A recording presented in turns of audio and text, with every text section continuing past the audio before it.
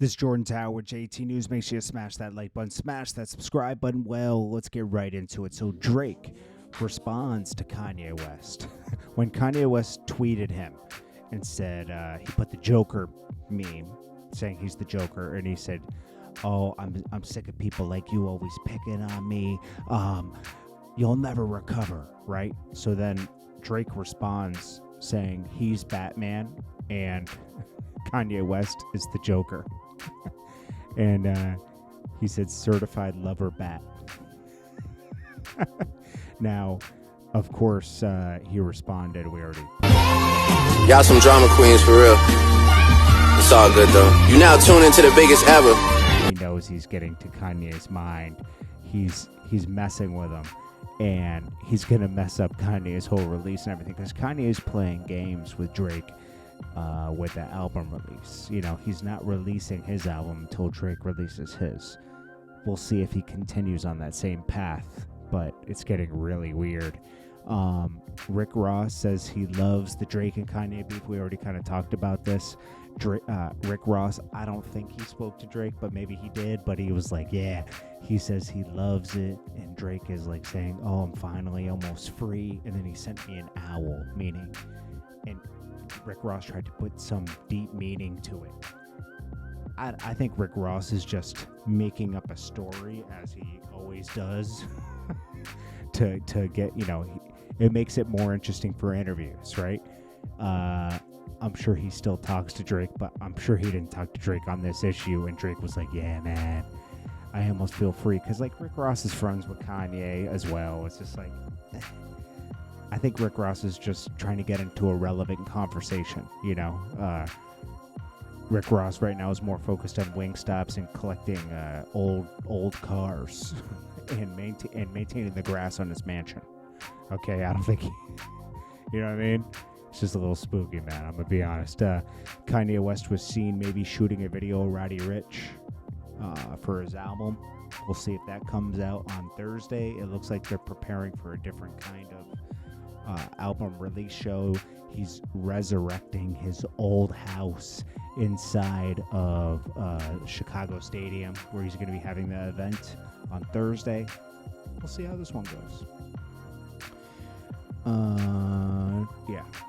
Talked about that. Meg Thee Stallion. So she brought Carl Crawford to court because she claims he wouldn't clear the song with her and BTS, which is a South Korean K-pop group.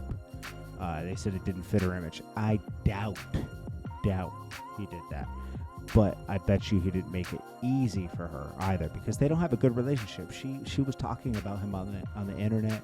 She went behind his back and signed a deal with Rock Nation. It's messy, man. This is a man that took his money from baseball, invested in music, put millions of dollars behind Meg Thee Stallion so she could be where she is today. And this is how he gets repaid, you know? Does he even make all his money back from Meg Thee Stallion? We don't know, you know? But he lost. She won. But Carl Crawford's not fazed at all. He says, even when I lose, I still win, because he still gets proceeds from that feature. He said, don't let that go over your head. Meg Thee Stallion's playing an interesting game here. Like, I know she's had a hard time coming in the game right as she was blowing up. She lost her mom and everything, and then the whole Tory Lanez thing. Even, we don't know who's right or wrong in that situation, but still, Tory Lanez still dogged her out by, like cheating with her best friend. I mean, Tory Lanez kind of asked for anything that's happening to him at the moment, even if he's in the right. You know, even if nothing happened, right? Even if it was a mistake that everyone's at fault for in that car, he still brought all this on him by dogging her out. You don't treat people bad, man, you know? And trying to hit on Kylie Jenner at the party? Like, dude, that's just, it's funny, but it's also not funny at the same time, you know? Young Jock. Okay. Listen. Everyone reacts to these scenes on Love and Hip Hop when it portrays people in weird lights, right? Like Young Jock almost putting hands on his son on TV, right?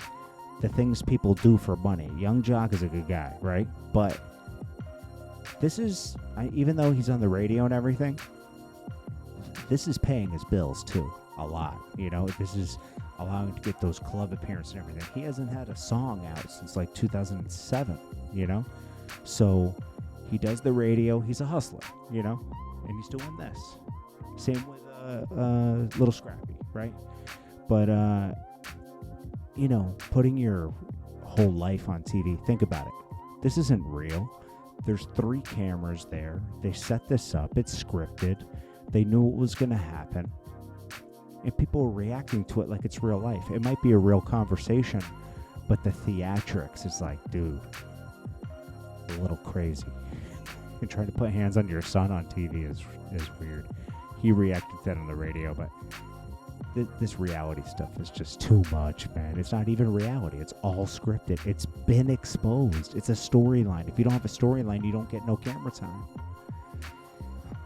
Montana of 300. As funny as all these videos are, this is a challenge that should be a lesson to y'all. It's also equivalent to people trying to make it to the top in the walk of life, and how world will laugh at you trying and falling. Ready to congratulate you. Ready to congratulate if you actually make it, but you'd be surprised at how many of those same people are giving you props, honestly wanting to see you fall just to satisfy their soul. He's getting deep with the crate challenge. People are thinking they're Mario Brothers with the crate challenge, climbing the little bricks. Kurt Cobain, remember his album with the baby on the front? Well, that's the baby now, right? It's a grown man, and he's taking Nirvana to court because he said he was exploited. He wasn't able to give consent as a baby. Dude, he just wants some money. Give the guy $500,000 or something, you know, or something like that, because it's like, dude, your parents probably consented, and I think they're allowed to. I mean, I don't think they just took a picture of a baby in a pool and just put it on the album cover. I think they were covered, but he's probably going to get some money because he can't really not side with the guy. It's like, hey, you didn't be able to, the way the world is now, I didn't give consent. Dude, you were 6 months old. It is a weird album cover, though, but it did sell a lot. Moneybagg Yo Waukesha, it's #1 at Urban Radio now. Ari's trying to interject herself into it to get some, you know, posts on the Shade Room. How Waukesha, not about me. You said it tastes like candy, tastes like fruit, wet like water. Can I love on you? Well, first of all, it's about coding. Second of all, it's probably about a side girl too. Let's be honest. He's letting you know a lot, Ari, in that song. You ain't the only one.